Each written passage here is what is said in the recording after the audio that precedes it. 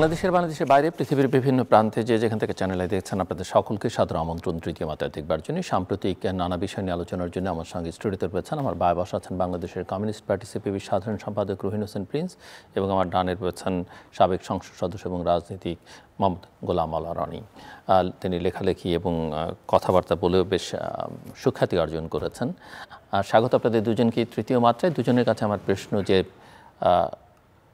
নির্বাচনী অনেক কথাবার্তা হচ্ছে, এটা হলে হবে ওটা হলে হবে না, নানান শর্ত জুড়ে দেওয়া হচ্ছে, কিন্তু আমি আপনাদের দুজনের কাছে প্রথমে একটু বুঝতে চাই যে নির্বাচনের পরিবেশ আছে কিনা। প্রশ্নটা এই কারণে করলাম, বেশ কয়েক সপ্তাহ আগে প্রফেসর মোহাম্মদ ইউনূসের কথা বলেছিলেন যে নির্বাচনের পরিবেশ নেই, এখন নির্বাচন হলে ব্যালট বাক্স ছিনতাই হয়ে যাবে, পুলিশ প্রস্তুত না।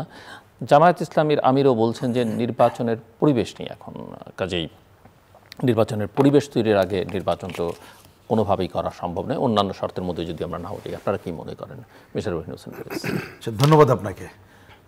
আসলে আমি এই কথাটাকে এইভাবেই বলতে চাই, বা আমি যেটা বুঝ আমার হয়েছে সেটা হচ্ছে নির্বাচনী পরিবেশ তৈরি করা হয়নি এবং এখনো পর্যন্ত নির্বাচনী পরিবেশ তৈরি করার কোনো আগ্রহ আমরা সরকার মহলে দেখতে পাচ্ছি না।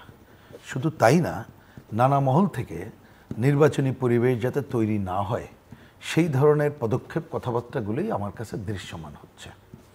এবার যদি বলি, এই যে কথাটা বললাম, এটা আমি কিসের উপরে ভিত্তি করে বলছি? আমার ভিত্তিটা হচ্ছে এই যে অন্তর্বর্তীকালীন সরকার তারা যখন ক্ষমতায় নিল এবং আপনি যদি ওই সময়ে আমাদের রাষ্ট্রপতির ভাষণ বলি বা আমাদের কোর্টের যে নির্দেশনাবলী অন্য জায়গায় বলি, তার তো একটা অন্যতম জায়গা ছিল যে একটা দ্রুত অবাধ গ্রহণযোগ্য নির্বাচনের জায়গায় যাবে। তাই তো প্রায় বছর হতে 11 মাস অথবা বছরের পর্যায়ে পড়ল। কিন্তু এখন আমাকে বলেন তো, যে রাজনৈতিক দল, আন্দোলনকারী, অন্যান্য শক্তিকে আস্থায় নিয়ে নির্বাচনী পরিবেশ তৈরি করতে গেলে কি কি করা দরকার? যদি ওনারা নাও পারেন তাহলে এই কাজটা শুরু করেছেন, করেন নাই। আমাদের বহুল আলোচিত এই যে সংস্কার নিয়ে এত কথা বলা হচ্ছে, আমি বারবার এটাকে একটু কোট করতে চাই। দ্বিতীয়বার যখন ওনারা আমন্ত্রণে দেখা করলাম সেটা ছিল 5ই অক্টোবর 2024 বাম গণতান্ত্রিক জোটের পক্ষ থেকে। আমাদের ওই সময় পরিষ্কার লিখিত বক্তব্য আমরা বলেছিলাম, অবাধ সুষ্ঠু গ্রহণযোগ্য নির্বাচনের জন্য যতটুকু সংস্কার করা দরকার অবশ্যই সেটা করে নির্বাচনের জায়গায় আসেন। কিন্তু সেই অক্টোবরের থেকে আর 1 অক্টোবর আসবে, আমরা কোনো এইটা দেখতে পাচ্ছি না। এই যে এত সংস্কার আলোচনা হচ্ছে, দেখেন একটা অবাধ সুষ্ঠু গ্রহণযোগ্য নির্বাচনের জন্য কি কি সংস্কার করা দরকার কোনো মিডিয়াতে কি আলোচনা হয়েছে? আমরা ঐক্যমত্যের ওইখানে যে আমি প্রতিবার যখন কথা বলি তখন এ ব্যাপারে দায়িত্বপ্রাপ্ত যিনি সংস্কার কমিটির নির্বাচন ব্যবস্থা সংস্কার আমি বলতে চাইছি, তিনি বলেন হ্যাঁ আমাদের বইতে তো লিখে দিয়েছি। আমি যে আপনি বইতে লিখে দিয়েছেন সেটাতে কেন সামনে মানুষের সামনে আলোচনা আনছেন না? কারণ শুধুমাত্র আমরা কতগুলো কাগজে তো লিখলে হবে না, মানুষের মত কি, মানুষকে ইনভলভ করতে হবে। তো ওই কথাগুলো যদি সামনে আনতে পারতেন তাহলে তো মানুষ ইনভলভ হতো এবং এই কার্যকারী ভূমিকা পালন করতো। তারা সেটা করছে না। তাহলে আমি কি ধরে নেব যে করছে না? ওই যে বললাম যে ইচ্ছা নাই, বললাম এই কারণে। তা ওনার ভাষায় লিখিত নিয়ে আমি একটু পরে কথা বলি, যে লিখিত থাকলেও ওই আলোচনা না করে এমন এমন জিনিসগুলো আলোচনা আনছেন যা মানুষের কাছে দৃশ্যমান হচ্ছে যে এটা কী বলছে, আমরা অনেক কিছুর সাথে জানি না, ইনভলভ না, এবং এটা ভালো নির্বাচনের জন্য কি এগুলো অপরিহার্য? মোটেই না, সেইটা বলছে। বরঞ্চ এই সুযোগে আমি একটা কোশ্চেন খালি তুলেই এই কথাটা বলি। ধরুন একটা টাকার যে অবাধ বিচরণ চলে, সে আমি কালো টাকা অন্য টাকা সেটা বাদ দিয়েও যদি বলি, তাহলে সেইটাকে টেনে ধরার জন্য তো কতগুলো পদক্ষেপ নেওয়ার কথা। আমার ধারণা এই ব্যাপারে কারোর কোনো দ্বিমত নাই। কিন্তু দেখবেন যে ওনাদের সংস্কার কমিটিতে অতীতের তুলনায় এবারে টাকার অফিসিয়াল পরিমাণ আরও বাড়িয়ে দেওয়া হয়েছে। তা আমি যখন মজা করে ওনাকে বললাম যে আরে ভাই আপনার সাথে তো গত 1 যুগ 1.5 যুগ ধরে এটা নিয়ে আলাপ আলোচনা করেছি, তা কই এইটার কি করলেন আপনি? তখন আচ্ছা আসেন পরে কথা বলবো। আমি এটা অনিয়ারে বলছি, কারণ উনি তো আর বাইরের কেউ লোক না, আমরা একসাথে কাজকর্মগুলো বলেছি। আমরা এমনকি নির্বাচনের প্রশ্নে যখন বলি যে এতদিন আপনার সাথে আমরা কথা বললাম এবং বললাম যে সংসদ এইভাবে হওয়া দরকার, এই পদ্ধতি নির্বাচন হওয়া দরকার, হঠাৎ করে দেখে আপনি একটা অন্য পদ্ধতির কথা বলছেন। তাহলে এতদিন যা করে আসছে আজকে বিষয়টা কি? আর নির্বাচন কমিশন যদি কিছু করতে যায় আমরা কিন্তু এখনই কোশ্চেন তুলবো, অলরেডি তুলছি, যে সংস্কার হলো না তুমি কি কি কাজ করছো। আমি তাহলে ওনার হাতে ব্ল্যাঙ্ক চেক দেন, মানে আছে অলরেডি ক্ষমতা এই জায়গায়। এইখানে একটা কথা না বলে পারছি না, এগুলো খুবই দেখতে খুবই মজার অভিজ্ঞতা এবং এগুলো আমি মনে করি জনগণের জানা দরকার। নির্বাচন কমিশনের অগাধ ক্ষমতা আছে, আমরা তো তাকে ক্ষমতায়িত করতে বলেছি। আমার ধারণা এই ব্যাপারে দীর্ঘদিন আমরা আলোচনা করেছি। সেই ক্ষমতার অপব্যবহার যাতে না করে সেটা আমরা টেনে ধরবো, যার জন্য জবাবদিহিতার জায়গায় আনবো, অন্যান্য বিষয় আছে ঠিক। কিন্তু আমরা এই আলোচনা করছি যে দেখছি প্রথমে একটা পারসেপশন হচ্ছে সব কিছুই খারাপ হয়ে যাবে, কিভাবে রশি টেনে ধরতে পারি। আমাদের সামনে যে একটা প্রধান কাজ ছিল যে সুষ্ঠু অবাধ গ্রহণযোগ্য নির্বাচন, তার মধ্য দিয়ে যাতে একটু ভালো মানুষ পার্লামেন্টে আসতে পারে তার একটা ব্যবস্থা করা। কালকেই নির্বাচিত হলে সব ভালো হবে আমার ধারণা কেউ মনে করে না, কিন্তু মনে করছে এই ধারাবাহিকতা যদি আমরা করতে পারি, একটা ব্যবস্থা তৈরি হোক, হ্যাঁ একটা ব্যবস্থা তৈরি করতে পারি, সুশাসনের ধারা থাকে, যদি প্রত্যেকটা জায়গায় একটা স্বচ্ছতা, জবাবদিহিতা, জনগণের অংশগ্রহণগুলো করতে পারি, তাহলে যদি কিছুদিন এটা করতে পারি, আমি যদি শব্দটা ব্যবহার করেই বলছি, তাহলে হয়তো এই ধারায় আগাতে পারবো। কিন্তু আমি দেখতে পাচ্ছি সরকার এই ধারায় আগাতে দেরি করছে, যাতে করে মানুষের মনের মধ্যে নানা প্রশ্নের উদ্রেক ঘটছে, যাতে মানুষও একটা হতাশার জায়গায় চলে যাচ্ছে। তাহলে আপনি এবার একটা ছোট্ট, আমারই জিজ্ঞেস করতে ইচ্ছা করে সবার কাছে, যে এইবারের একটা গণঅভ্যুত্থানের পরে প্রথম দিকে যে আশাবাদ জনগণের মধ্যে গড়ে উঠল স্বাভাবিক ছিল, কারণ এই রেজিম পরাজিত করার জন্য কে চায়নি, এমনকি ওই দলের মানুষ অনেকে চেয়েছে, যে কী হচ্ছে জানি না, এটা সবাই আমরা জানি। এবং আমরা দীর্ঘ এক যুগের বেশি সময় ধরে লড়াই করেছি, নানাভাবে নানা মাত্রায় মানুষ যার যার জায়গা থেকে করেছে, এবং শেষ বেলায় মানুষ মনে করেছে ভবিষ্যৎ কী হবে জানি না, আগে এটা চলে যাক। তাহলে সে যে আশাবাদটা গড়ে তুললো, আজকে 11 মাসের মাথায় এসে আপনারা ন্যূনপক্ষে গণতন্ত্রের পথযাত্রা, এটা গণতন্ত্র ফুল হয় না নির্বাচনে, ওই পথযাত্রারও সেই কাজটার কোনো রূপরেখা তারা করার প্রচেষ্টা নিচ্ছে বলে মনে হচ্ছে না। বরঞ্চ দিন যত যাচ্ছে আমার কাছে এটা মনে হচ্ছে, ওই যে বললেন অন্য একটা দলের নাম, যারা যে বলছে, আরেক দল বলছে এটা না হলে হতেই দেব না, তার মানেই কোনো না কোনোভাবে তারা এই পরিবেশটা তৈরি করতে চায় না, এবং কোনো না কোনোভাবে যে হয়তো নির্বাচন যথাসময়ে চায় না, এই কথা যদি কেউ বলে আমার মনে হয় তাদের কথাকে উপেক্ষা করার কোনো অবস্থা আছে বলে আমার মনে হয় না। জাস্ট এক লাইনে যদি আপনি উত্তর দেন, আপনি কবে নির্বাচন দেখেন বাংলাদেশে বর্তমান বাস্তবতায়? চাই না না চান না, আপনি দেখেন কবে হতে পারে বলে মনে হচ্ছে? আমি এখন পর্যন্ত নিশ্চিত করে কিছু দেখি না, কিন্তু এই খাতে আমার বলতেই হয়, আমরা কিন্তু মনে করি এই বছরের মধ্যে নির্বাচিত সরকার আমরা দেখতে চাই, কিন্তু আমি এখন কোনো নির্বাচনে কিছু দেখছি না। মিস্টার গোলাম আল রানী, প্রথমত আপনার যে প্রশ্ন, সেই প্রশ্ন অনুযায়ী আমার কাছে মনে হচ্ছে যে নির্বাচনের যে আশা, আমাদের আকাঙ্ক্ষা, আমাদের যে স্বপ্ন, এটা আজ থেকে 10 মাস আগে যেভাবে ছিল, এটা এখন আরও 10 গুণ কমপ্লেক্স হয়ে গেছে। আগে যেমন আমি একেবারে প্রথম যেটা মনে হতো, সেই 2024 সনের নভেম্বরের দিকে আমার কাছে মনে হতো যে এই সরকার 3-4 বছরের আগে নির্বাচন দেবে না। এখন সমস্যা হয়ে গেছে, 3-4 বছর এই সরকার টিকবে কি টিকবে না, এই সন্দেহটা আমার আগে ছিল না, এখন আমার এই সন্দেহটা হয়ে গেছে। 2 নম্বর হলো যে এই সরকারের সততা নিয়ে, অনেস্টি নিয়ে, উদ্দেশ্য নিয়ে আমার মনে ন্যূনতম কোনো সন্দেহ ছিল। আমার কাছে মনে হয়েছে একেবারে সরল একটা স্বীকারোক্তি যে তারা হয়তো আসছে, কিছু ভালো কাজ করতে চাইবে, দেশি বিদেশি কিছু প্রেশার থাকবে। উনি ডক্টর মোহাম্মদ ইউনূস ওয়েস্টার্ন ওয়ার্ল্ডের সাথে চলছেন, তো সেখানে পশ্চিমা অনেক সংস্কৃতি দ্বারা তিনি উদ্বুদ্ধ হয়েছেন, সো সেখানে তিনি সেগুলো ইন্ট্রোডিউস করতে চাইবেন। এ কারণে যৌক্তিক একটা সময় তার দরকার হতে পারে। কিন্তু তিনি যে এতটা ব্যর্থ হবেন এবং একটার সঙ্গে একটা প্যাচ লাগিয়ে ফেলবেন, এবং সব ব্যাপারে নন রেসপন্সিভ, মানে কোনো রকম তার টু শব্দ নেই। মানে আমরা যেটা উপন্যাসে পড়েছি, গল্পে পড়েছি, রোম যখন পুড়ছিল তিনি তখন বাঁশি বাজাচ্ছিল। তখন এর চাইতে জঘন্য একটা অবস্থা বাংলাদেশে তৈরি হচ্ছে। শাহবাগ বন্ধ, ডক্টর মোহাম্মদ ইউনূসের কোনো কথা নেই, ওনার বাসার সামনে ঘেরাও করা হয়ে গেছে, ওনার কোনো বক্তব্য নেই। এনবিআর বন্ধ, ওনার কোনো উদ্যোগ নেই। তো রাজনীতির যে সবচেয়ে বড় যে বিষয়গুলো, সেটা হলো কথা বলা, রেসপন্ড করা। সেখানে প্রধানমন্ত্রী হোক, প্রধান সামরিক আইন প্রশাসক হোক, রাষ্ট্রপতি হোক, যার হাতে ক্ষমতা থাকবে, মূলত জনগণ তার কথা শুনতে চায়, তার রেসপন্স দেখতে চায়। এই ভদ্রলোক গত 10 মাসে কোনো একটা বিষয় নিয়ে তিনি রেসপন্ড করেননি। এই সময়টাতে বাংলাদেশে সচিবালয়ের বিদ্রোহ হয়েছে, এই সময়টাতে আনসাররা বিদ্রোহ করেছে, এই সময়টাতে এনবিআর কতদিন বন্ধ থাকলো, এই সময়টাতে সমস্ত ব্যবসা বাণিজ্যে যারা সম্পৃক্ত, আপনি বিশ্বাস করেন দেউলিয়াত্বের যে ভয় কত বড় গ্রুপ অফ কোম্পানিজকে শেষ করে দিচ্ছে, আপনি কল্পনা করতে পারবেন না। অভাব এমন একটা পর্যায়ে চলে গেছে, আপনার কাছে সম্পদ আছে কিন্তু সেই সম্পদটা বিক্রি করে, নগদায়ন করে আপনি চলবেন, এইরকম অবস্থা নেই।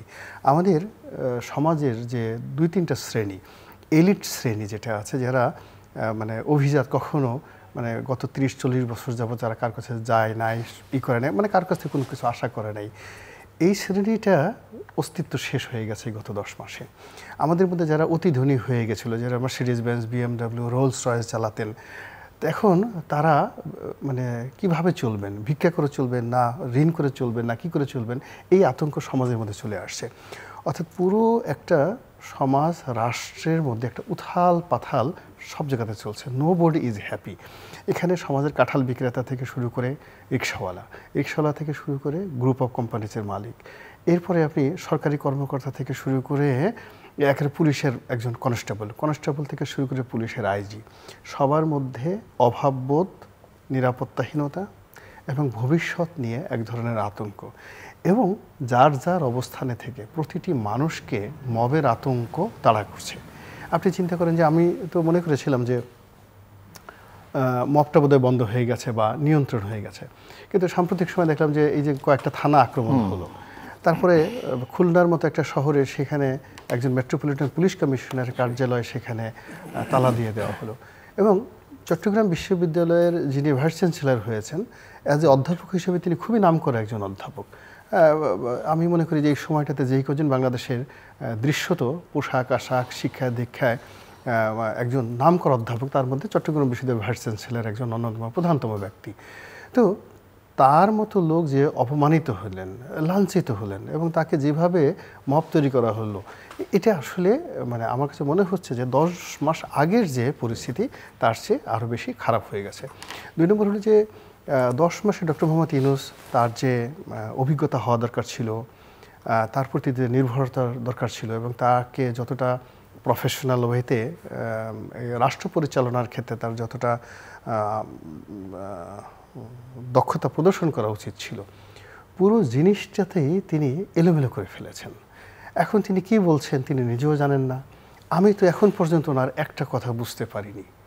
আমি ওনার চোখের দিকে তাকিয়ে, আমি এতদিন যাব দেখেন, আমি বাংলাদেশে এরশাদ সাহেবের মতো একটা মানুষ, তার সাথে দীর্ঘদিন চলেছে, আপনিও চলেছেন, দেখেন মিজানুর রহমান চৌধুরী সাহেবের মতো লোককে দেখেছি, কত মন্ত্রী এমপি, একজন সাংবাদিক হিসেবে দেখলাম, ব্যবসায়ী হিসেবে দেখলাম, ডক্টর মোহাম্মদ ইউনূসকে আমি দেখেছি, কিন্তু এই গত 10 মাসে একই নতুন ডক্টর ইউনূস সাহেবকে দেখছি। আমি তো তাকে চিনি না, তার কোনো কথা আমি বুঝতেছি না, তার আই কন্ট্যাক্ট দিয়ে আমি বুঝতে পারছি না তিনি কি আসলে একটা নির্বাচন দিতে চান, তিনি কি আসলে থাকতে চান, তিনি কি লোভী না নির্লোভ, তিনি কি আসলে শক্তিমান না দুর্বল, তিনি কি অসহায় না দুর্বল, তিনি কি চলে যাবেন না থাকবেন, নাকি তিনি সেই আগের মতো সেই রাজনীতি করবেন না আবার রাজনীতি ছেড়ে চলে যাবেন।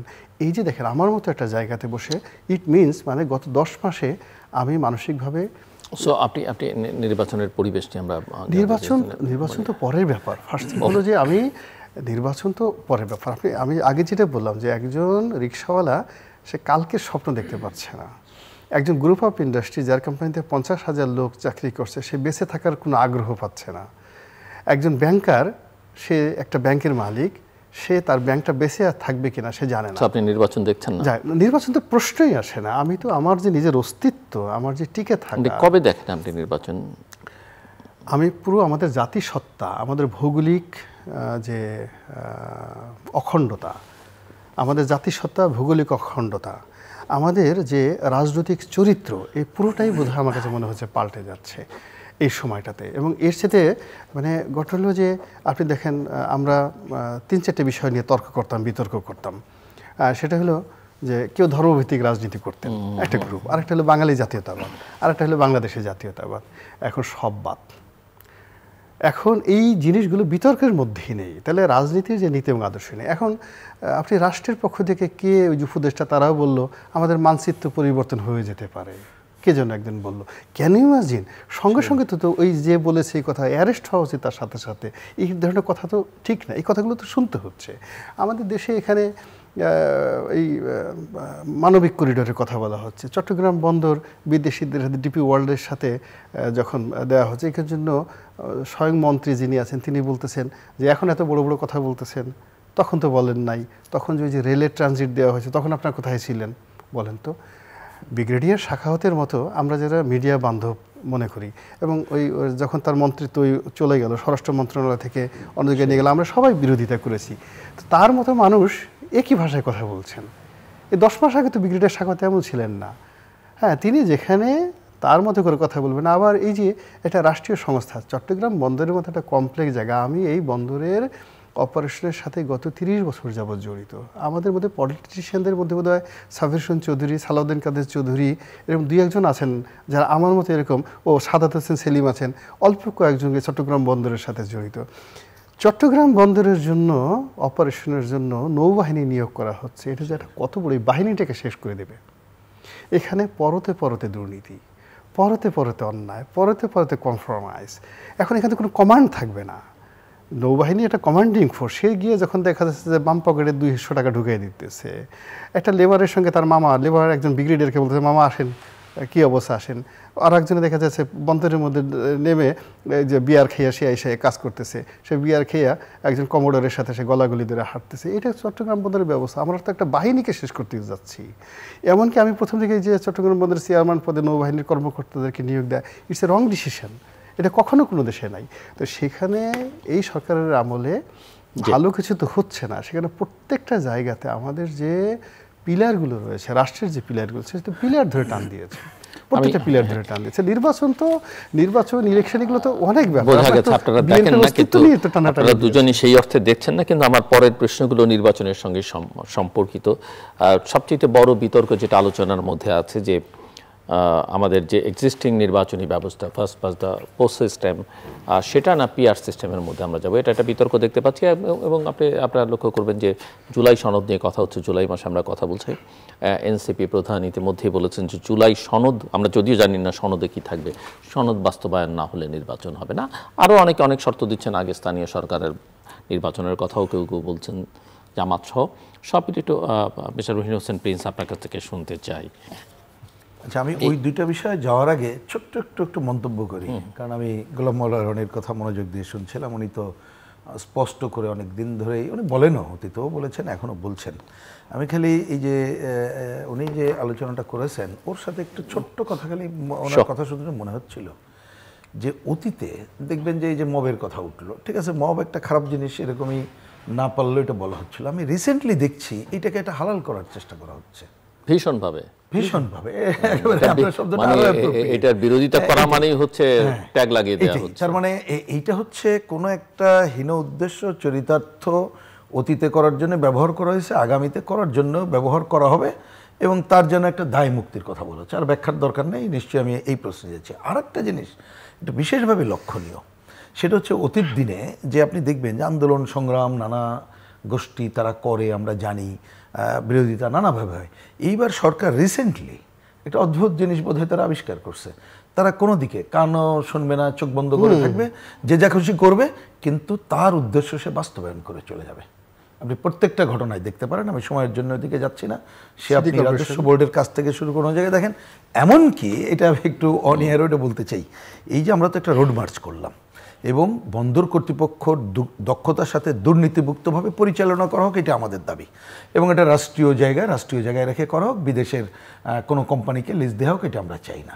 এবং আমরা যদি বুঝে থাকি, এই যে অনেকদিন পরে তো একটা মুভমেন্ট আমরা করলাম, আমি এখন বাম গণতান্ত্রিক জোটের সমন্বয় হিসেবে একটা সমন্বয়ের দায়িত্ব পালন করছি, আমি তো একটা লক্ষ্যও পেলাম না এর বিরোধিতা করে, পাইনি। আপনার সমন্বয়ক শব্দ শুনলে লোকজন অভিনন্দন জানায়, ঠিকই বলেছেন। এখন তো সমন্বয়ক একটা অন্য জিনিস হয়েছে, কারেক্টলি অ্যাড্রেস। আচ্ছা, যাই হোক, আমি কাজের সমন্বয় বলছি আর কি। আচ্ছা, না তাতে আমি যেটা বলতে চাই, ঠিকই আছে না, খুবই এটা ঠিকই বলেছেন, কথাটা মানুষের কাছে এমনভাবে গেছে না। যেটা আমি বলতে চাই, তাহলে আমি তো কোনো মানুষকে বিরোধিতা করতে দেখলাম না। সেইখানে আমাদের কাছে দেখলাম যে নীরবে নিভৃতে সরকার এটা যেন একটা ওভারলুকিং পজিশন নিল। এবং প্রথম দিন আমি না বলে পারছি না, এটা রাজনীতির আর একটা অভিজ্ঞতা, এটা জনগণকে জানার জন্য বলি। অতীত দিনে আমরা দেখেছি প্রশাসনের নানা ধরনের এনএসআই থেকে যে লোকাল থানা কর্মকর্তা, আমাদের এবারে মুভমেন্ট, এটা আপনারা জানার জন্য বলে দিচ্ছি ওপেন সবার জন্যে, যে প্রথম দিকে আমরা কোথাও কুমিল্লা থেকে শুরু করে চট্টগ্রাম যাতে যথাযথভাবে সমাবেশ না করি, তার জন্য এক ধরনের খুব ঠান্ডা মাথায় প্রচেষ্টা নেওয়া হলো। আমরা বললাম না ভাই, এটা করব। তারপরে কিন্তু কোনো বিরোধিতা তো দূরের কথা, বরঞ্চ আমি এত ফোন পাইতে থাকলাম, আমি বিরক্ত, মানে সহায়তার হাত সবাই বাড়িয়ে দিলেন। তাহলে ব্যাপারটা কি? কিন্তু এটা ভালোভাবে সম্পন্ন করে এসে দেখলাম এইটা একেবারে কান বন্ধ, চোখ বন্ধ, মুখ বন্ধ, তারা তাদের কাজ করে যাবে। ওই যে ভদ্রলোকের নাম বললেন, কারণ ওনার প্রতি তো অনেকের সফট কর্নার ছিল, উনি এখানে বসে বললেন আপাতত নৌবাহিনী এটা করবে, পরে আমরা ওই ডিপি ওয়ার্ল্ডকে দেবো। তার মানে প্রত্যেকটা ঘটনায় তার যে লক্ষ্য উদ্দেশ্য, সেটা আমার মানে সার্বভৌমত্ব ধ্বংস হলো কিনা, আধিপত্যবাদী সাম্রাজ্যবাদী শক্তির আধিপত্য আরও বাড়লো কিনা, রাজনৈতিক কারণে হ্যাঁ এইটা করলো কিনা, দেশের সর্বনাশ হলো কিনা, দেশ বিরোধী হলো কিনা, এইটা মাথায় নেই, ওইটাই তারা করে যাচ্ছে বলে মনে হয়। এবার আসি খুব ছোট্ট করে, আমি যেটা দেখলাম এই যে পিয়ার নিয়ে আলোচনাটা, বাস্তবে ঠিক আমার জন্য একটু বুঝতে কষ্ট হচ্ছে এই আলোচনাটা হঠাৎ করে এইভাবে এলো কেন, তুলছে কেন, একটু ছোট করে ব্যাখ্যা দিই। যে দেখেন, আমাদের যে শাসন ব্যবস্থা, সংসদীয় ব্যবস্থা, এটা কিন্তু অনেক দিন ধরে এই ব্যবস্থার মধ্যে কিভাবে ভালো করা যায় আলোচনা চলছিল। আমরা বামপন্থী বা কমিউনিস্ট পার্টির দিক থেকে দীর্ঘদিন ধরে বলে আসছিলাম যে সংসদ সদস্যরা প্রধানত আমাদের যে এটা আছে, যে লেখা আছে, এই দায়িত্ব পালন করবে, কিন্তু এইটা করার আগে আমাদের স্থানীয় সরকারের যে ধারা আছে সেইটাকে আমরা শক্তিশালী করার জায়গায় যেতে পারবো কিনা। 3 টায়ারের যেটা আছে, জেলা পরিষদ, উপজেলা পরিষদ, ইউনিয়ন পরিষদ, এবং নির্বাচিত প্রতিনিধিরা ওই জায়গায় কাজটা করবে। যেহেতু আমাদের সংবিধানে স্থানীয় সরকারের কথা আছে, তাহলে যদি ওইটাকে আমরা ওইটা করতে পারি, এবং যদি আমাদের পার্লামেন্ট মেম্বারদের লোকাল উন্নয়নে যদি হাত না দিতে হয়, তখন আমরা পার্লামেন্টকে কিভাবে সাজাবো ভাবতে পারি। অন দিস পজিশন থেকে আমরা 90 দশক থেকে কিন্তু সংখ্যানুপাতিক পক্ষে আমরা কথা বলে আসছি, যে তাতে নানা মানুষের প্রতিনিধিত্ব হয়, এবং ওইটা একসাথে করব না অর্ধেক করব, পৃথিবীর অভিজ্ঞতা থেকে করতে পারি। সেই আলোচনা এইবার যখন উঠলো ঐক্যমত্য কমিশনে, তা আমরা তো প্রথম দিন থেকে যাই, আমরাও আমাদের লিখিত দিয়েছিলাম, তাতে দেখলাম অধিকাংশ দল পিয়ার পদ্ধতির পক্ষে না। তা আমরা আমাদের আসি, কোনো অসুবিধা নেই, অধিকাংশ না, ভালো কথা, কারণ আমরা তো যাবো ঐক্যমত্য না হলে সেটা নিয়ে আলোচনাই করব না। এটা তো 5ই অক্টোবর ডক্টর মোহাম্মদ ইউনূস সাহেবের সাথে আমাদের কথা পরিষ্কার হয়ে গেছে, তাহলে তো এটার আলোচনা ওঠার কথা না। এমনকি সেকেন্ড রাউন্ডের আলোচনায় কিন্তু এটা ওঠেও নেই, কারণ দ্বিকক্ষণে উঠেছে। আমরা বলেছি ভাই, আমরা বামপন্থীরা দ্বিকক্ষের বিরুদ্ধে, বাংলাদেশ এটা প্রয়োজন মনে করি না, সুতরাং আলোচনাই করতে চাই না, একটা নির্বাচিত পার্লামেন্ট আনেন, ওই নির্বাচিত পার্লামেন্ট ঠিক করুক, দ্বিকক্ষ করবে না আনুপাতিক পদ্ধতি করবে, এই আলোচনা যাক। এবং আমরা যে দেখলাম যারা এটার সাথে ঐক্যমত্য, হঠাৎ করে দেখি তারা, মানে যেটা আগে কিন্তু তারা পিয়ারের পক্ষে ছিল, কিন্তু ওইখানে তো আমরা দেখলাম যে তারাই তো ইসের পক্ষে, দ্বিকক্ষের পক্ষে।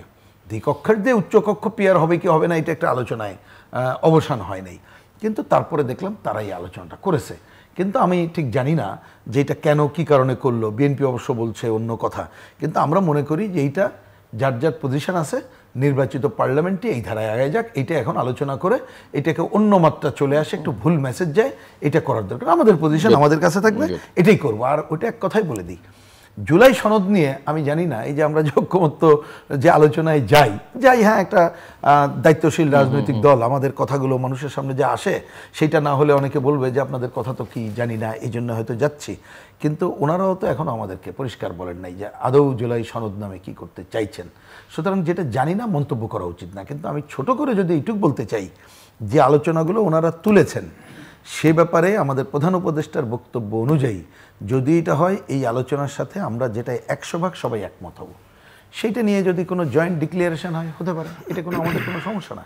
কিন্তু কোনোটা জোর জুলুম, কোনোটা মেজরিটিতে করা, এইটা একেবারেই কি বলবো যে মোটেই গ্রহণযোগ্য হবে না। কেন, সেটা আমরা প্রথম দিন থেকে বলছি। এইখানে রাজনীতি করি, যার যার আদর্শ আছে, আমি তো কোনোভাবেই আদর্শের কম্প্রোমাইজ তো হয় না। আমার হতে পারে চলার পথ একটা মসৃণ চলার পথ, কিভাবে হবে, কিভাবে একটা ভালো নির্বাচনের জন্য হবে, বা কোনো কোনো প্রশ্নে আছে ঠিক আছে ডেমোক্রেটিক ট্রান্সফরমেশনের জন্য যে আমরা কতগুলো পয়েন্টে একমত হতে পারি কিনা। ইতিমধ্যে আমার মনে হয় যতটুকু হয়েছে, আর অনেক কিছু হয়ে আছে যেটা আলোচনায় আসে নাই। কারণ 5টা সংস্কার কমিশনে 166টা স্প্রেডশিট নিয়ে যে আলোচনা তোলা হয়েছে, আমি ওনাদের কাছে হয়তো আনঅফিসিয়াল বললেও আমি এটা মনে করি, কারণ আমরাও তো অনেকগুলো প্রশ্নে আমাদের পজিশন বলেছি, তাতে প্রায় 80-85টা পয়েন্টে আমার ধারণা কোনো ডিবেট নাই, সেটা কিন্তু আলোচনায় আসছে না। এখানে আলোচনায় দেখা যাচ্ছে যে ওনারা এবার আলোচনা তুলছেন, এবং আমাদের কাছে লাস্ট যে দিয়েছেন যে তাতে হয়তো 19টা পয়েন্টে আলোচনা করবেন। ইতিমধ্যে মাত্র 8-9টা পয়েন্ট না, 10-12টা পয়েন্টে আলোচনা হয়েছে, তো ইতিমধ্যে 6-7টা পয়েন্টে তো ঐক্যমত্য হয়ে আছে। তা সুতরাং যদি আমরা একটা নির্বাচনকে টার্গেট রাখি দ্রুততম সময়ে, তাহলে এই যেটা ঐক্যমত্য হয়েছে, এটা ঐক্যমত্য ধরে আমরা ওই কাজে চলে গেলে তো হয়। এবং এটা কিন্তু কম অগ্রগতি হয়নি। উনি পার্লামেন্ট মেম্বার ছিলেন, উনি বলতে পারবেন পার্লামেন্ট মেম্বারদের জন্য বা যতটুকু হয়েছে, আরও যদি আমি জানি না ওনাদের সাথে পরামর্শ হয়েছে কিনা। আমি কিন্তু বারবার বলছি, যারা এই দায়িত্ব অতীতে পালন করে আসছে, অনেক কিছু আমরা আলোচনা করছি আমাদের একটা জেনারেল সেন্স থেকে বা একটা আইডিয়ার ভিত্তি থেকে। তাদের সাথে আরও বেশি কথা বলা দরকার, তাহলে তারা কিন্তু তাদের অভিজ্ঞতা আরও বেশি বলতে পারতো। ধরেন আমি আর আগাচ্ছি না, স্থায়ী কমিটির প্রশ্ন, তারপরে সংসদ সদস্যদের কথা বলার অধিকারের প্রশ্ন, এইগুলো যারা ছিলেন এবং যারা অতীতে যাদের রেকর্ড ভালো, যে শুধুমাত্র জি হুজুর করতে চাইছিল না, হয়তো বাধ্য হয়েছে, তাদের সাথে পরামর্শ করে আরও আগামী দিনে অগ্রগতির চিন্তা করতে পারে। কিন্তু সেই জায়গাটা আমরা এখনো পর্যন্ত লক্ষ্য করছি। প্রথমত যে এখানে সংস্কারের নামে, তারপর এখানে ঐক্যমত্যের নামে যে সময় ক্ষেপণ করা হচ্ছে, এটি রাষ্ট্রীয় অর্থের অপচয় এবং আমাদের যে জনগণের যে ধৈর্য, এই ধৈর্যের বাঁধ ভেঙে দেওয়ার মতো একটা পরিস্থিতি তৈরি হয়েছে। আমরা যখন এই দৃশ্য দেখি টেলিভিশনে, প্রথমে একবার দুইবার দেখেছি, এখন ওই টেলিভিশনের দিকে কেউ তাকায় না। এর কারণ হলো যে যখন কোনো একটা জায়গাতে ভালো কিছু হয় তখন ওটা নিয়ে একটা আগ্রহ তৈরি হয়, যারা বক্তা, যারা আলোচক, এদের উভয়ের মধ্যে একটা অ্যাডাপশন তৈরি হয়, একটা সম্পর্ক তৈরি হয়। তো এখানে যে কটা সংস্কার কমিশন হয়েছে বা এখন যে ঐক্যমত্য কমিশন হচ্ছে, এই ঐক্যমত্য কমিশনে যারা যান তাদের বডি ল্যাঙ্গুয়েজ এবং যারা ওখানে আয়োজন করেন তাদের বডি ল্যাঙ্গুয়েজের মধ্যে এই দেশের একজন সাধারণ মানুষ আশাব্যঞ্জক কোনো কিছু খুঁজে পায় না। বরং আমার কাছে মনে হচ্ছে যে এই একটা গুরুত্বপূর্ণ সময়, জাতির জীবনের গুরুত্বপূর্ণ সময় তারা খেয়ে ফেলছে এর নাম করে। দ্বিতীয়ত হলো যে এখানে রাষ্ট্রীয় অর্থের অপচয় হচ্ছে। থার্ডলি হলো এখানে এমন কতগুলো বিতর্ক তৈরি করা হচ্ছে যেই বিতর্কগুলো আগামীতে যেটা পলিটিক্যাল যেটা পরিবর্তন, রাজনৈতিক যে পরিবর্তন কিংবা ক্ষমতার যেটা হস্তান্তর কিংবা আমরা যে একটা ভালো পরিণতির দিকে যে স্বপ্ন দেখি যে আমাদের দেশ একটা গণতান্ত্রিক পদ্ধতিতে উন্নীত হবে, সুন্দর একটা নির্বাচন হবে, যারা শাসন ক্ষমতায় আসবেন তারা অতীতের যে বদ রেকর্ড রয়েছে, বিএনপি, জাতীয় পার্টি, আওয়ামী লীগ, তাদের সমস্ত রেকর্ড থেকে বের হয়ে ডক্টর মোহাম্মদ ইউনূসের নেতৃত্বে যে এই অন্তর্বর্তীকালীন সরকার সেই রকম একটা নির্বাচন উপহার দিবেন, তো সেই নির্বাচনে একটা ভালো ফলাফল আসবে। কিন্তু দিন যত যাচ্ছে আমাদের তত মনে হচ্ছে যে এর সাথে এরশাদ ভালো ছিল, এর সাথে বেগম জিয়া ভালো ছিল, এর সাথে শেখ হাসিনা ভালো ছিল। এবং এই কথাটা আমি আপনি না, এই কথাটা একেবারে পানের দোকানদার থেকে শুরু করে সব লোক এই কথাগুলো বলছে। Number one. নাম্বার টু হলো যে এখানে যে সমস্ত লোকজন নিয়ে আনা হচ্ছে, কেউ হয়তো ডক্টরেট ডিগ্রি, কেউ হয়তো লন্ডন স্কুল অফ ইকোনমিক্স থেকে পাশ করে এসছে, কেউ হয়তো সিঙ্গাপুর ইউনিভার্সিটিতে পাশ করে এসছে। বিশ্বাস করেন এদের এখন অবস্থা এমন হয়ে গেছে, এদেরকে এখন তিতুমির কলেজে এদেরকে ভর্তি নেবে না। তিতুমির কলেজেও এরা যদি ভর্তি পরীক্ষা দেয় এদেরকে কেউ স্টুডেন্ট হিসেবে নেবে না, তাদের এত ব্যাড রেপুটেশন হয়ে গেছে যে এরা কীভাবে ওখান থেকে লেখাপড়া করে আসলো, মানে এদের আচার আচরণ চালচলন। এরপর দেখা গেল যে সরকারের কতগুলো পদ যারে পাচ্ছে তাকে ধরেই সিনিয়র সচিব বানিয়ে দিচ্ছে। মানে এটা একটা রাষ্ট্রীয় পদ পদবি নিয়ে রীতিমতো একটা ফাজলামো। আপনি চিন্তা করেন এখানে অনেক লোক আছে, আমি একেবারে লিখে বলে দিতে পারি যে এরা যদি বিশেষ পরীক্ষায় বসে এরা প্রিলিমিনারিতে পাশ করবে না। আবার যদি তারা প্রিলিমিনারিতে পাশ করতো, রিটেনে পাশ করতো, বিসিএস পাশ করতো, এদের যে বয়স, এরা হায়ার ডিপ্টি সেক্রেটারি পর্যন্ত হতে পারতো যদি সর্বোচ্চ। এখনকার এই বয়সে এরা সিনিয়র সচিব হয়ে বসে আছেন। ফলে এই যে অনেকগুলো সুপার নিউমারি পোস্ট তৈরি করেছেন doctor Mohammad Yunus, political post, যারা ইসে পলিটিক্যাল পোস্ট কিন্তু এটাকে রাষ্ট্রীয় আবরণে আমলাতান্ত্রিক পদ পদবি দেওয়া হয়েছে সিনিয়র সচিব। রাষ্ট্রের সবচেয়ে বড় কথা, এটা পুরো আমলাতন্ত্রের মধ্যে একটা ব্যাড ইম্প্যাক্ট তৈরি করেছে, অসম্মানজনক পরিস্থিতি তৈরি করেছে। যে একটা লোক দেখা গেল ওটিএনও হতে পারে না। আমার দেখা গেল ইভেন যারা মেম্বার অফ পার্লামেন্ট, যেখানে জনগণ আমাদেরকে 1.5 লাখ, 2 লাখ, 3 লাখ ভোট দিয়ে আমাদের সংসদ সদস্য বানিয়েছেন, একজন টিএনও যখন দেখে বা ডিসি সাহেব যখন দেখে এমপি সাহেবের লেখাপড়ার মান অত বেশি ভালো না, সে কিন্তু মানতে চায় না, পিছনে পিছনে একটু টিটকারি করে যে জনগণ এই অবস্থা কী হয়েছে। তো সেই মানে এমপিদেরকে যদি এই অবস্থা হয় তাহলে সেই সকল এমপিদের পাশে বসা তো দূরের কথা, দাঁড়ানো তো দূরের কথা, চোখের দিকে যারা গত 50 বছরের চোখ তুলে তাকানোর সাহস পায় নাই, তাদের বাবারাও তুলে তাকাতে সাহস পায় নাই, এখন তারা সবাই যদি একজন মানে সচিবের বস হয়ে যায়, এটা পুরো আমলাতন্ত্রে কী ধরনের অবস্থা হয়। এখন ধরেন একজন সিনিয়র সচিব, তাকে তো একজন মেজর জেনারেল স্যালুট দিবে, তখন মেজর জেনারেল সে যদি একটা দোতলা স্যালুট দিয়ে যায়, গার্ড সাবধান, জিনিসটা দেখতে কেমন লাগে? আমি যারা একটা স্যালুট দেবো, একটা রয়্যাল বেঙ্গল টাইগারকে একটা চড়াই পাখিকে স্যালুট দিতে পারে বলেন তো? এখানে অনেক কিছু ঘটছে, অনেক কিছু দেখছি যেগুলো দেখতে মানে ভালো লাগে না। জিনিস বলেছে। একজন এসে বলতেছে আর আপনি একটা খাবারই নেন, পোলাও খান। আপনি দেখলেন যে পোলাও না, এগুলো সব সিরিয়া, কতগুলো সিরিয়া এনে সামনে আপনাকে দিচ্ছে পোলাও বানিয়ে খাওয়ার জন্য। এরকম আসলে এই সরকারের অনেক কিছু হচ্ছে যেগুলোর কথার সাথে কর্মের মিল নাই, কর্মের সাথে ফলের মিল নাই, যেগুলো দেখলে চোখ ব্যথা করে, যেগুলো দেখলে চোখের পাওয়ার কমে যায়, যেগুলো দেখলে খাওয়ার রুচি চলে যায়। ওই যে এখানে দেখলাম যে খাওয়া নিয়ে সবসময় বাঙালিরা ঝগড়াঝাটি করে। ওই কয়েকদিন আগে দেখলাম যে একটা টানাটানি, কিন্তু ওখানে এই যে ঐক্য মতের কমিশনে গিয়ে খাবার পড়ে থাকে, কেউ খেতে চায় না। একদিন সালাউদ্দিন সাহেব রাগে বললো যে খাবোই না, যাও তোমরা খাও গিয়ে।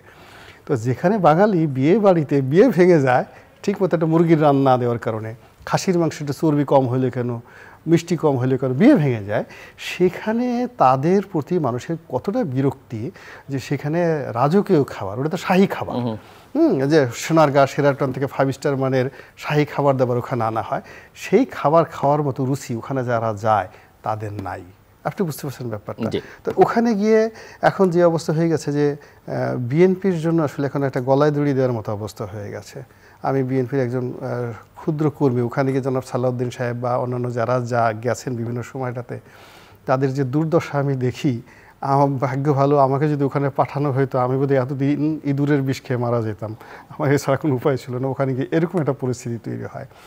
এখন আমার কাছে যেটা মনে হচ্ছে, এটার একটা এভাবে টানাটানি হেঁচা করার চাইতে সরকারের বলা উচিত যে বাবারে আমরা এখন বিপ্লবী সরকার করব, তারপরে শেষে এই বিপ্লবী সরকারে আমরা কি কি আমাদের টার্মস কন্ডিশন থাকবে এটা আমাদের জুলাই যে চার্টার বা আগস্ট চার্টার, এই চার্টারে ঘোষণা করা থাকবে।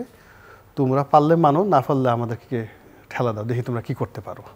তোমরা শেখ হাসিনার ভয়ে 16 বছর ঘুরে বেড়াইছো, আমার পিছনে আরও 16 বছর ঘুরে বেড়াও।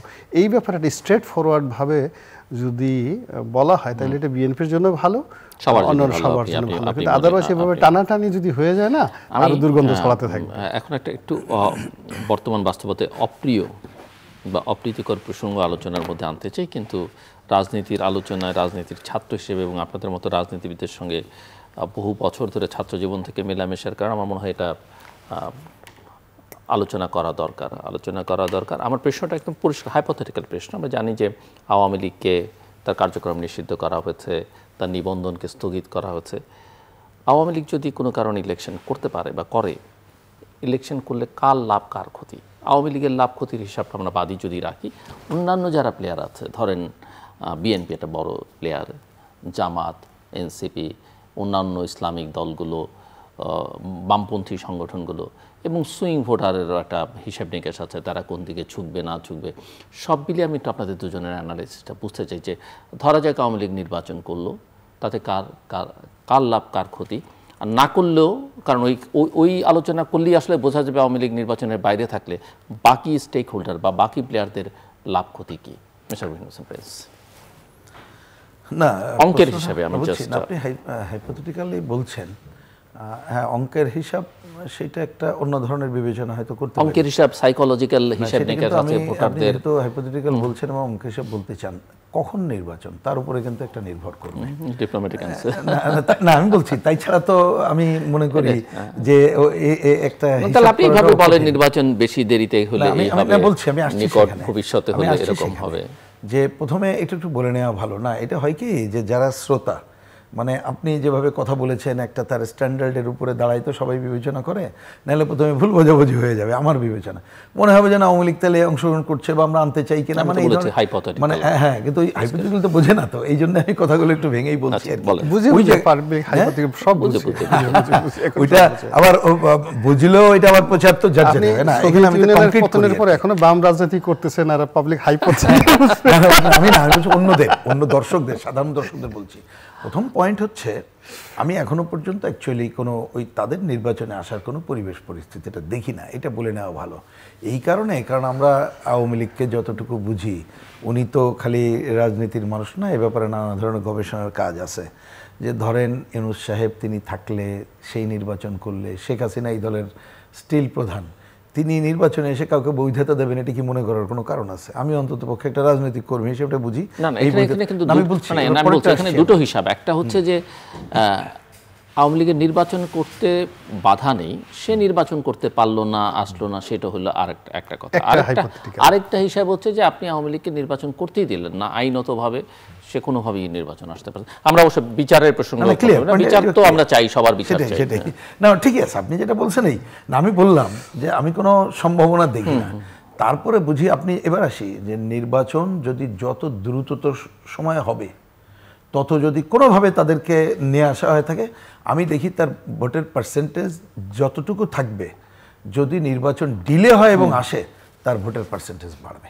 আমি আওয়ামী লীগের, আপনি তো আওয়ামী লীগের লাভ ক্ষতির হিসাব করছেন, আমি হিসাব করছি আওয়ামী লীগ নির্বাচন করলে সিপিবির লাভ কি সিপিবির লস, বিএনপির লাভ কি বিএনপির লস, এনসিপির লাভ কি এনসিপির লস, জামাতের লাভ কি। আমি মনে করি, আমাকে যদি বলেন তাহলে জেনারেলি যদি বলি যে আমরা রাজনীতির যে জায়গায় আছি তাতে যদি সবাই অংশগ্রহণ করে, আপনি যে অঙ্কের হিসাবে লাভ ক্ষতি দেখছেন, আমি সেইভাবে একটা তো হচ্ছে নির্বাচনের গুরুত্ব, নির্বাচনের ক্রেডিবিলিটিটা, সেটা যে বরঞ্চ কোনো ম্যানিপুলেটেড জায়গা থেকে, ধরুন একটা ফাঁকা মাঠ, বামপন্থীরা সিপিবি একটা বড় পজিশন নিল, সেইটাকে আমি কোনো লাভ দেখি না। এটাকে অ্যাকচুয়ালি ভবিষ্যতের জন্য এটা একটা বড় ক্ষতিকর জায়গা। সুতরাং এই জায়গায় যদি আমরা পার্টিসিপেটরি ইলেকশন মেইন করি এবং সবাই যদি সেখানে আসতে পারে, যার যার বাস্তবতার যারাই যে ভোটটা পাবে সেটাই বাস্তবসম্মত হিসাবে বিবেচনা করে যাওয়া দরকার বলে আমার মনে হয়। বা আওয়ামী লীগ যদি ধরেন ইলেকশন না করে, আওয়ামী লীগ সমর্থক কর্মীরা যদি ভোট কেন্দ্রে যায়, কাকে ভোট দিতে পারে? এইটা আমার এক্ষেত্রে আমার বুঝটা বলি, একেবারে যে অঙ্ক করছি না তা তো না, আপনি বুঝবেন অন্য জায়গায় আছে। সেইটা আমার এখানে ওই দুটাকে বলতে হয় যে সেটা ভোট কবে, দ্রুততম সময় হলে একটা, দেরি হলে আর এক রকম।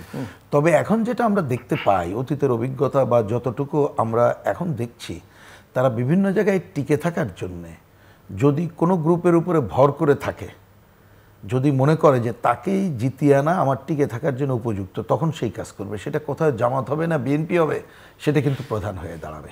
এইখানে অনেকে মনে করে যে নীতি নৈতিকতা অমুকের জায়গায় কোনো কোনো গণতান্ত্রিক অন্য শক্তি সুযোগ পাবে কিনা, এখনও পর্যন্ত এরকম আলামত আমি দেখি না। ওইটা হচ্ছে একসময় আওয়ামী লীগের ঘাড়ে চড়ে কিন্তু বহু, এই যে দেখেন না এখন বৈষম্য বিরোধী যারা আন্দোলন করছিল সব তো ছাত্রলীগের স্লোগান দিছিল। এবং এক জায়গায় এটা ওনাদের ওই এলাকাটার দিকে তাকায় মনে হইলো আমার, এটা জাস্ট আমি আপনার এই অনুষ্ঠানে আগে বলছি কিনা জানি না, বেশ কয়েক মাস আগে আমাদের একটা জাতীয় পরিষদ, সমস্ত জেলার প্রেসিডেন্ট সেক্রেটারি একটা কমিটি আছে। তা যখন আসলে আমি জিজ্ঞেস করলাম যে খবর কি, স্থানীয় আওয়ামী লীগ এদের খবর জানা যায়, তা বলে যে ভাই অরিজিনালদের খবর নেই, আর 2 নম্বরীদের আছে। তার মানে কয় যারা আসলে আওয়ামী লীগ করতো তারা পালিয়ে টালিয়ে চলে গেছে, কিন্তু জামাত ইসলাম অন্য যারা একসময় আওয়ামী লীগের ঘাড়ে ভর করছিল এখন স্বমহিমায় তারা ওইখানেই হয়ে আছে। তাহলে যদি আমি বললাম যে নিজের টিকে থাকার জন্য ওইটার সাথে সে লিঙ্ক করে, তা তারা তো ওই কাজটাই করবে। সুতরাং এটা কেস টু কেস ঘটনা বলে আমার ধারণা। আমার ধারণা আপনি একটু বেশি সময় পেয়েছেন হিসাব নিকেশটা করতে।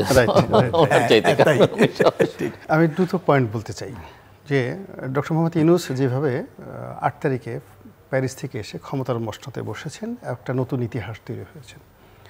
তো সেইভাবে আওয়ামী লীগ শেখ হাসিনা আবার টুস করে যদি ঢুকে পড়ে, তাহলে একটা ভূমিকম্প হয়ে যাবে রাজনীতিতে, এবং দেখবেন যে অনেকের কাপড় নষ্ট হয়ে যাবে, অনেকের হার্ট অ্যাটাক হয়ে যাবে, হাসপাতালগুলো সব ভরে গেছে, একটা চারিদিকে শুধু কান্নার রোল পড়ে যাবে, হাউ মাউ করে কান্না করে, এ কি হলো, কিয়ামত কয়দিন আর বাকি, এরকম একটা। এখন উনি হেলিকপ্টারে আসবে, নরেন্দ্র মোদীর গাড়িতে আসবে, না কিভাবে আসবে আই ডোন্ট নো, স্বপ্নে আসবে না বাস্তবে আসবে, এই আপনি যেটা হাইপোথেটিক্স বললেন, তো টুস করে ঢোকার একটা সম্ভাবনা আছে। উনি অবশ্য একবার আমরা শুনেছি, এটা এআই জেনারেটেড কিনা জানি না, যে আমি তো পাশেই আছি, টুস করে আপনি যখন স্বপ্ন দেখবেন, তো বড় কলাটাই দিয়ে বড়টার স্বপ্ন দেখলাম, এগুলো একটা। সেকেন্ড হলো তাকে পাঠানো হতে পারে বা তাকে আনা যেতে পারে। আমি কিন্তু শেখ হাসিনা বা ওবায়দুল কাদের কোনো নাম ধরে বলছি না, কারণ এরা কে জেলে থাকবে কে জেলের বাইরে থাকবে, আমি দল হিসেবে আওয়ামী লীগ, আমি আমার মতো করে বলছি। তো এই গেল একটা, যে শেখ হাসিনা এবং তার যে পুরো টিমটা, এটা যেভাবে doctor Mohammad Yunus meticulously well design pre planned ওয়েতে এখানে আসছেন, এখন এটা প্রমাণিত। এইভাবে শেখ হাসিনার প্রত্যাবর্তনটাও ম্যাটিকুলাস প্রি প্ল্যান্ড ওয়েতে কারো দ্বারা ইনফ্লুয়েন্স যদি হয়ে যায়, তাহলে এক ধরনের বাংলাদেশের রাজনীতিতে কিয়ামত এবং বিএনপির অস্তিত্ব থাকবে না বাংলাদেশে, যেটা আমি বলছি। বিএনপির অস্তিত্ব থাকবে না, এর কারণ হলো বাংলাদেশ থাকবে জামাত থাকবে, এনসিপি লাভবান হবে, এমনকি ডক্টর মোহাম্মদ ইউনূসেরও লাভ হবে আওয়ামী লীগ আসলে যদি এইভাবে হয়। এর কারণ হলো এই যে সারা বাংলাদেশে খুব ম্যাটিকুলাসলি যে কাজটা করা হয়েছে, এই যে শেখ হাসিনার বিরুদ্ধে 300, 400, 500 যে হত্যা মামলা দিয়েছে, কারা দিয়েছে? সব তো বিএনপি লোক দিয়েছে। আওয়ামী লীগের যারা লোকজন এই যে যা কিছু চাঁদাবাজি যা দখল ঠকল কারা করেছে বিএনপি লোক দিয়ে করানো হয়েছে বা বিএনপি লোক করেছে, বিএনপিকে টোটালি মাঠে আওয়ামী লীগের যে রাইভাল করে দিয়েছে এটা এখন পর্যন্ত বিএনপির কেন্দ্রীয় কমান্ড বুঝতে পারে না। কিন্তু যখন আওয়ামী লীগ চলে আসবে ফার্স্ট এসে সে কিন্তু জামাতের ধরবে না, জামাত আগেই তাকে ক্ষমা করে দিয়েছে, জামাত তো আগেই তার সঙ্গে তাকে ফিসিবিলে বলে দিয়েছে, তার সঙ্গে সে গলাগুলি করে সমস্ত কিছু করে সব কিছু আছে। এনসিপি বললো যে আমরা কচি খোকা, আমরা তো এই কাজগুলো করেছি, আমরা আপনার সন্তানের মতো, আপনি তো আমার মায়ের মতো। সেখানে আমার ভাষা চেঞ্জ হয়ে গেছে। ডক্টর মোহাম্মদ সুন্দর, অত সুন্দর করে যদি তিনি একটা হাসি দেন, সেখানে বাবার সাধ্য আছে তার সাথে রাগ করার। He has a that's kind of magical smiling face.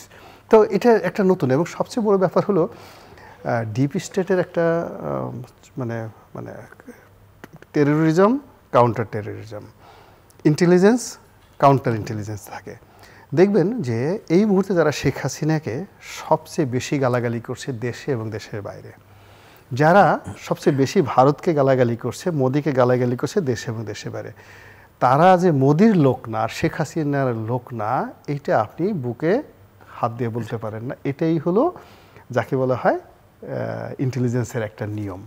এবং ওই লোকগুলো দেখা গেল 100 দিন গালাগালি করে অল অন এ সার্টেন এরকম একটা কথা মুখ দিয়ে বলবে, সমস্ত লোক যখন বলবে হ্যাঁ ঠিকই তো, সেইটাই তো ঠিক। ফলে যার জন্য শেখ হাসিনার প্রত্যাবর্তন যদি আসে, আওয়ামী লীগের অংশগ্রহণ যদি আসে, তাহলে বিএনপি সবচেয়ে বেশি ক্ষতিগ্রস্ত হবে।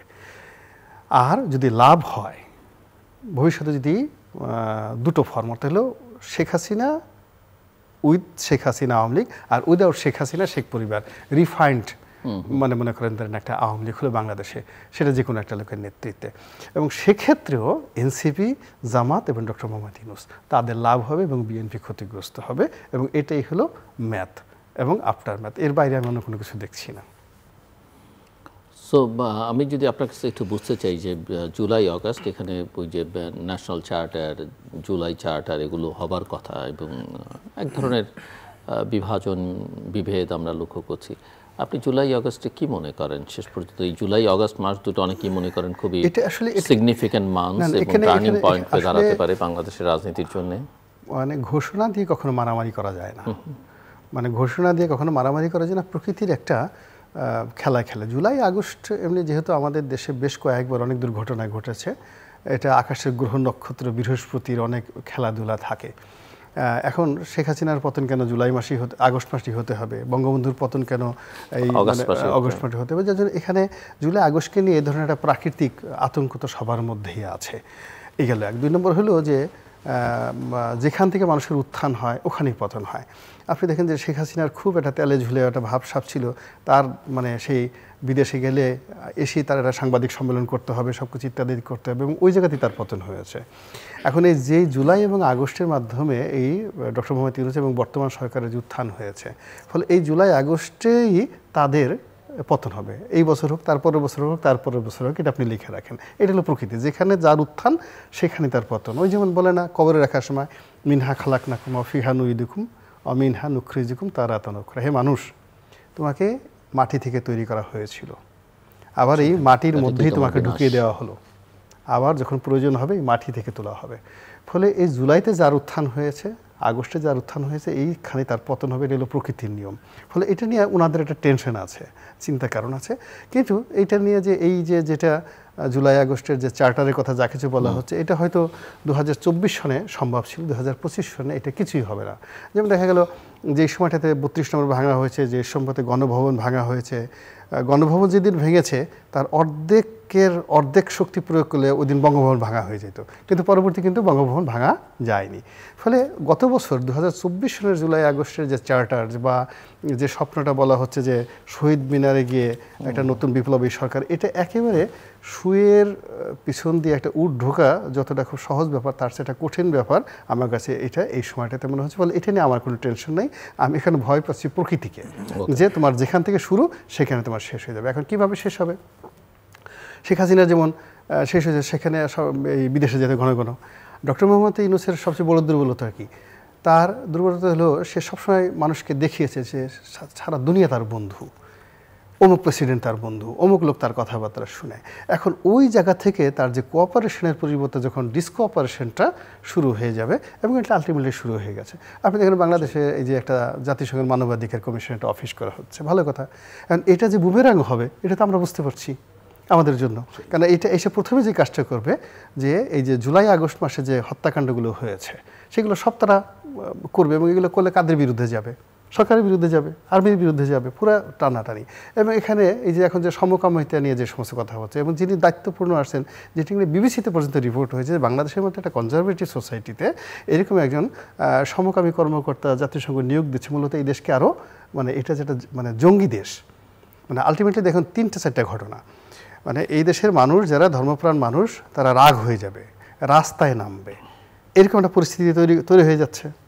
2 নম্বর হলো মালয়েশিয়াতে যে জঙ্গি গ্রুপটা ধরা পড়েছে, হ্যাঁ, আইএসআই যে জঙ্গি গ্রুপটা ধরে পড়েছে, সেই গ্রুপটা যাদের নাম বলছে সেখানে ইন্ট্রোগেশনে যাদের নাম বলছে, এখানে বাংলাদেশের অনেক রাজনীতিবিদদের নাম চলে আসছে, অনেক রাজনৈতিক সংগঠনের নাম চলে আসছে, যাদের সঙ্গে ডক্টর মোহাম্মদ ইউনূসের খুব ভালো সম্পর্ক। ফলে কি হচ্ছে, এই যে তার সাথে যে বন্ধুত্ব, আনোয়ার ইব্রাহিমের যে বন্ধুত্ব, এই বন্ধুত্ব থাকবে না। ওখানে আমাদের যে সুযোগ ছিল সেই সুযোগটা নষ্ট হয়ে যাচ্ছে।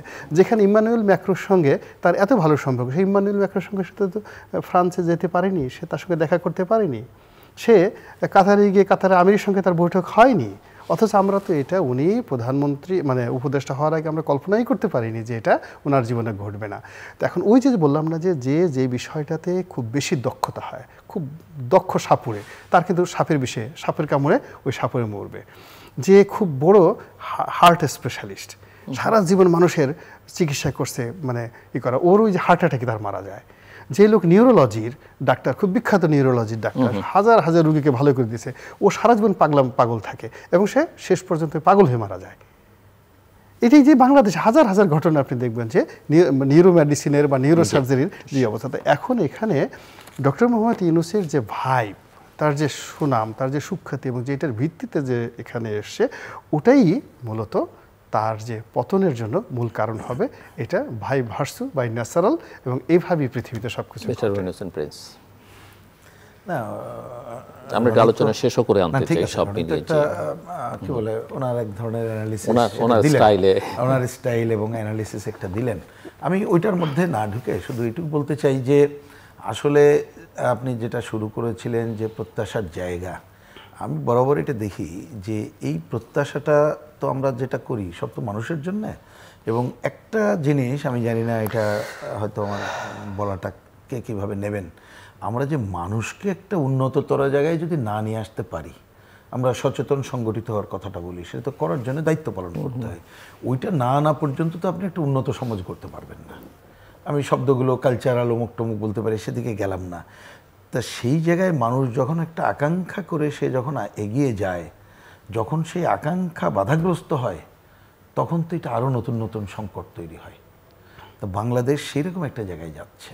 একদিকে আমরা এই সময় যে দক্ষিণপন্থা তার উত্থানের জায়গাগুলো দেখতে পাচ্ছি, এবং উনি এইখানে যেটা বললেন, এই আলোচনাগুলো অত বেশি আলোচনা হয় না, খুবই জরুরি। বিশেষ করে মালয়েশিয়ার সর্বশেষ যে ঘটনা বলি, এইখানে যে ধরা পড়লো এবং অনেক দিন ধরে খবর হচ্ছে যে তারা ওইখান থেকে টাকা পয়সা তুলে বাংলাদেশে এদেরকে পাঠায়। এবং আপনি যেটা বললেন যে বাংলাদেশের সম্পৃক্ততা, এগুলো বোঝাই যায়। কারণ এর আগে আমরা দেখছি তো নিষিদ্ধ ঘোষিত যারা ছিল তাদের প্রচেষ্টাগুলো দেখছি না, এবং সরকারের সাথে এবং অন্যান্য বিভিন্ন বাহিনী টাহিনী তাদের মধ্যে অবস্থানগুলো কিন্তু সবই কোনোটাই অনালোচিত না, আলোচিত বিষয়। এবং সেইখানে জাতিসংঘের এই কথাটা তুলে ধরেছেন, এটাও আমাদের কম আলোচনা হচ্ছে।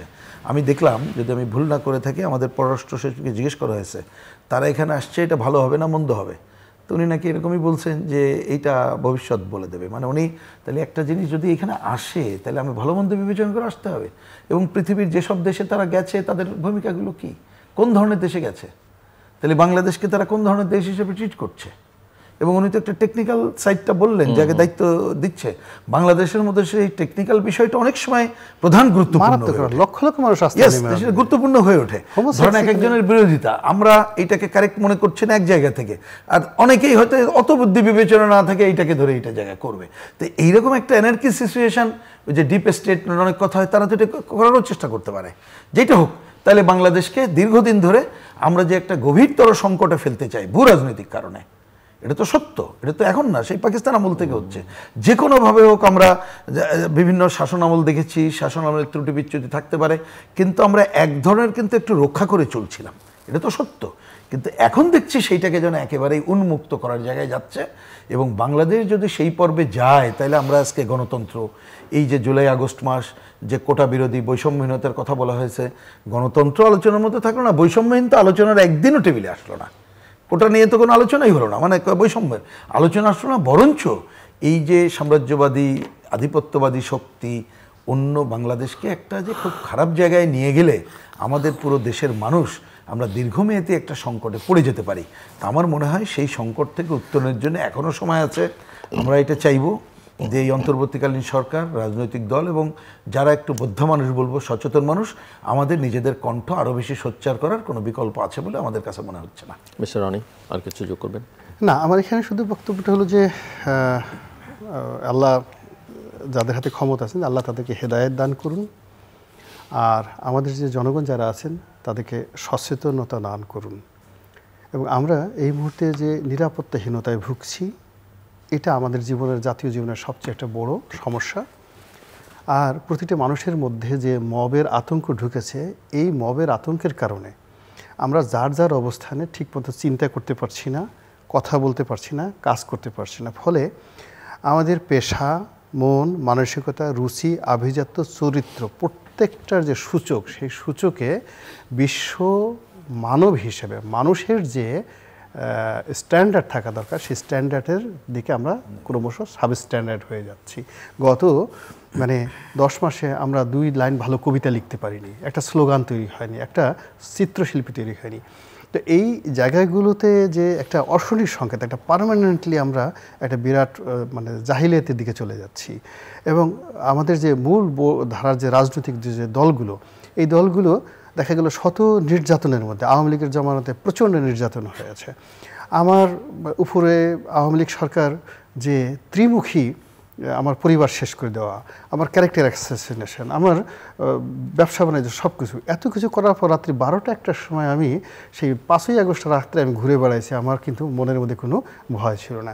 একদিকে এক পক্ষ আমাকে ডিস্টার্ব করতেছে, অন্যদিকে আরও 10টা বন্ধুকে আমি টেলিফোন করে সেই অবস্থা হয়ে গেছি। এখন কেউ কাউকে উপকার করাতে দূরের কথা, বড় বড় চেয়ারে বসে সচিব বলেন, আইজি বলেন, ডিআইজি বলেন, তারা যে অসহায় চেহারা তাদের দিকে থাকি, তাদের জন্য আমার রীতিমতো কান্না আসে। এখন আপনি চিন্তা করেন, এনবিআরে আমার ট্যাক্স কালেকশন করে দেখেন, তারা সবাই চাকরির আতঙ্কে ভুগতেছে, ডিসি সাহেব ভুগতেছে, কখন তার অফিসে তালা লাগাই দিবে। এইভাবে একটা রাষ্ট্র আসলে চলতে পারে না।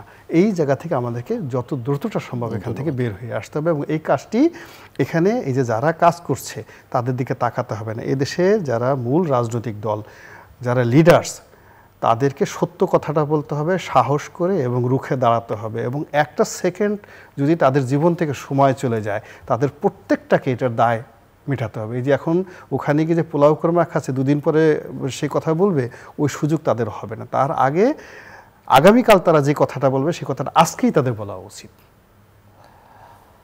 দর্শক, অনুষ্ঠানের শেষ প্রান্তে আমরা সামাজিক যোগাযোগ মাধ্যম ফেসবুক, এক্স এবং ইউটিউবে তৃতীয় মাত্রা লাইভ স্ট্রিম হচ্ছে, আপনারা দেখতে পারেন। টেলিভিশন পর্দায় দেখতে না পারলে যে কোনো সময় যে কোনো স্থান থেকে তৃতীয় মাত্রা চ্যানেলটি সাবস্ক্রাইব করে পর্ব বা পুরনো পর্বগুলো আপনারা দেখতে পারেন। মিস্টার গোলাম রনি এবং মিস্টার রহিম হোসেন, অসংখ্য ধন্যবাদ এই আলোচনা অংশ নেওয়ার জন্য।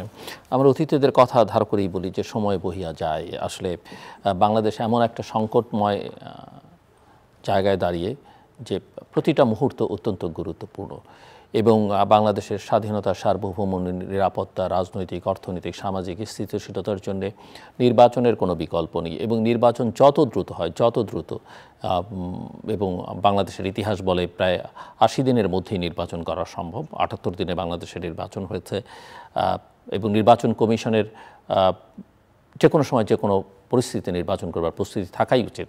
যদি সেই প্রস্তুতি তাদের না থাকে, তাদের আসলে এটা দায়িত্বহীনতা, এবং এই দায়িত্বে তারা থাকবার যোগ্যতা রাখেন না। সব মিলিয়ে বাংলাদেশকে আসলে নির্বাচনের দিকে যেতে হবে, এবং সেই নির্বাচন যেন-তেন নির্বাচন নয়, কোনো ম্যানিপুলেটেড নির্বাচন নয়, কাউকে ক্ষমতায় বসিয়ে দেবার নির্বাচন নয়। জনগণ যাকে ভোট দেবে সেই যেন ক্ষমতায় যেতে পারে, এবং জনগণের মতামতের বহিঃপ্রকাশটা যেন নির্বাচনী ফলাফলে থাকে, এবং তার জন্য একটা অবাধ, সুষ্ঠু, গ্রহণযোগ্য, অংশগ্রহণমূলক, শান্তিপূর্ণ, আন্তর্জাতিক মানসম্পন্ন নির্বাচন অনুষ্ঠান করতে হবে। সেটা করবার সক্ষমতা বা নিরপেক্ষতা বর্তমান সরকারের আছে কিনা সেটা খতিয়ে দেখা দরকার। রাজনৈতিক দলগুলো সেটা বিশ্লেষণ করবেন, কারণ প্লেয়ার তারা। একই সঙ্গে তত্ত্বাবধায়ক সরকারের বিধানটিও আদালতে ঝুলে আছে, সেটারও হয়তো আমরা আশা করছি যে নিষ্পত্তি হবে, এবং নিষ্পত্তি হলে সেটা কিভাবে হবে। সব কথার মূল কথা, বাংলাদেশ একটা নিরপেক্ষ নির্দলীয় সরকারের অধীনে দ্রুততম সময়ের মধ্যে ভালো নির্বাচন দরকার। এর বাইরে অন্য যত বিষয় নিয়ে আলোচনা হচ্ছে এগুলো আসলে নির্বাচিত সংসদের হাতেই ছেড়ে দেওয়া উচিত। সেখানে তারা কি করবে না করবে সেটা জনগণ ভবিষ্যতে বিচার করবে, কিন্তু আপাতত মুক্তির একটাই পাও। আমাদের সঙ্গে থাকবার জন্য অসংখ্য ধন্যবাদ, আপনাদের সবার জন্য শুভকামনা।